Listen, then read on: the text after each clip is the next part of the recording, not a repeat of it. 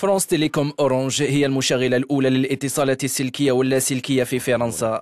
المجموعة تعاني كمنافساتها ليس فقط من الأزمة بل من التطور السريع للقطاع. يورو نيوز استضافت رئيس مجلس إدارة المجموعة ستيفان ريتشارد.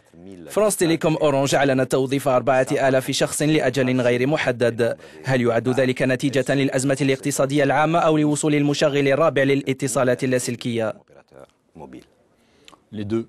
لسببين معا.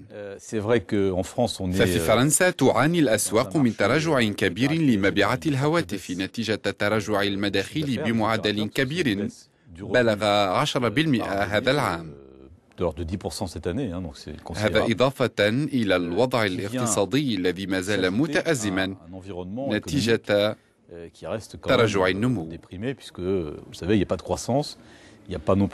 لقد أعلنا أننا سنوظف 3000 شخص للسنوات الثلاث المقبلة، ما يعد خبرا جيدا فيما يتعلق بقطاع التوظيف في فرنسا. لكن من غير المعقول أن يتمكن الموظفون الجدد من الحل مكان جميع الموظفين الذين غادروا، ولا يمكن تنبؤ عدد الموظفين الذين سيغادرون.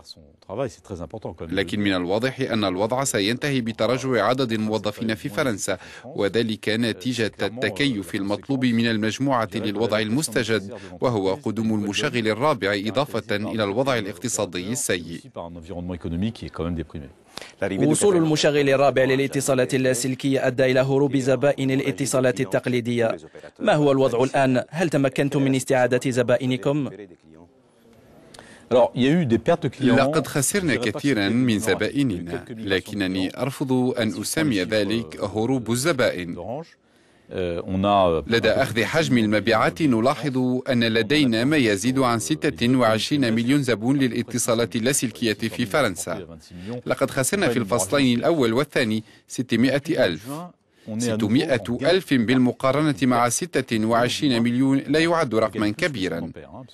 ابتداء من شهر حزيران يونيو سنعاود تسجيل أرباح، ما يعني أننا لن نخسر المزيد من الزبائن، أو على الأقل سنسجل أرباحا أكبر من الخسائر، لأن هنالك تحركات في الاتجاهين.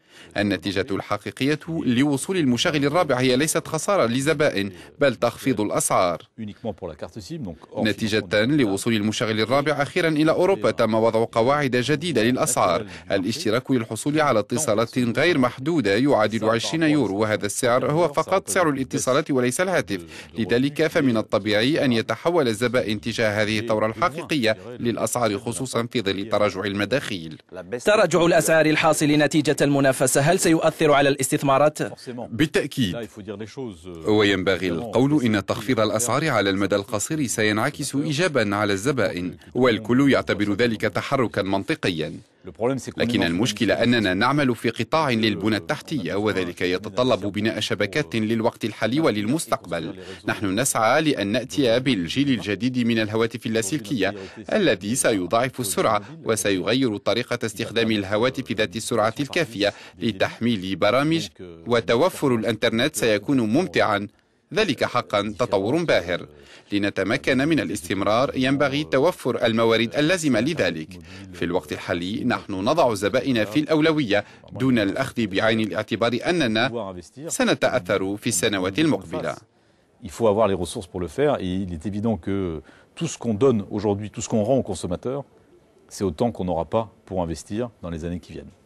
منذ فترة عاشت فرانس تيليكوم إضرابا اجتماعيا، والأزمة وصلت إلى حد إقبال بعض الموظفين على الانتحار. لقد قمتم بإطلاق برنامج لمواجهة الأزمة، ما هي النتائج التي وصلتم إليها؟ عندما تسلمت مهامي منذ 3 سنوات كانت المجموعة تعاني من أزمة عميقة، ليس بالضرورة تظاهرات في الشوارع، وإنما إحباط جماعي تولد في السنوات التي لحقت ثورة الإنترنت، أي بداية الألفية الثالثة. همي الأساسي كان محاولة إيجاد الوسائل والطرق والكلمات اللازمة لتهدئة الأجواء ولاقتراح عقود جديدة على الجسم الفرنسي العامل. ولقد توصلنا إلى عقد أسميناه العقد الاجتماعي الجديد، لأننا ناقشناه ووقعناه مع أجهزة اجتماعية، ما أدى إلى التوصل إلى قوانين تمكننا من العيش معا. Et qui nous ont dotés d'un nouvel ensemble de règles de vie en commun, finalement. ما هي الميزانية الاجتماعية التي يمكن استخلاصها بعد 3 سنوات؟ بدون شك تم تحسين الأجواء التي كان يملأها الإحباط، وللتأكد من ذلك نقوم بإجراء تحقيقات كل 6 أشهر مع 4000 موظف فرنسي، ما يمكننا من القياس بدقة النقاط التي تتطور وتلك التي ستبدأ بالتطور. يمكننا القول الآن إن الأمور تجري على نحو أفضل. أعتقد أننا وجدنا حوارا حقيقيا داخل الشركة، لكن في الوقت نفسه ينبغي لنا ألا نأخذ الأمور كما هي. هنالك الكثير من الصعوبات. الضغوط التي تتعرض لها الأسواق تشكل خطورة وتخوف في صفوف الموظفين من البيئة الخارجية، وخصوصا لدى السماع بأن هنالك شركات تعتمد سياسة تقشفية.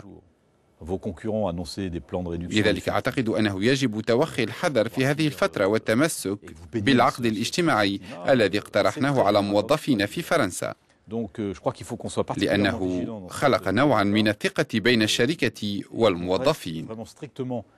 Dans le contrat social que nous avons proposé à nos employés en France, parce que c'est ça qui a permis de recréer une forme de confiance entre l'entreprise et les hommes et les femmes qui travaillent pour elle. Il ne faut surtout pas perdre ça aujourd'hui. قامت دراسة جديدة بوضعكم في المركز الأول بين المجموعات الأخرى في بورصة باريس كأفضل أصحاب عمل للنساء. هل يعد ذلك نتيجة للسياسة الاجتماعية التي اتبعتموها؟ في الحقيقة هذا الموضوع يثير اهتمامي للغاية، وقد وضعته في أولوياتي منذ أن بدأت بمهامي، لكن ذلك هو أيضا تقليد قديم لأورانج لتكون مثالا في هذا الموضوع. لذلك فأنا وردت هذا التقليد القوي، ومن دواعي الفخر أن يتم تصنيفنا في الموقع الأول في هذا الموضوع في بورصة باريس، لأني أعتقد أن الموضوع مهم وهو يتعلق بداية بالعدالة، لأن النساء وصلن إلى مواقع معينة وهن في قيد السعي للوصول إلى المواقع التي يستحقونها في المجتمع بما في ذلك السياسة. في قطاع الأعمال هناك طريق ينبغي قطعها للتوصل إلى مواقع هامة، وهذا موضوع هام ينبغي إثارته ودعمه، ودور صاحب العمل هنا مهم للغاية لإعطاء قيمة لهذا الموضوع. لذلك فأنا سعيد لحصولنا على الموقع الأول، وأتمنى أن نتمكن من الحفاظ عليه.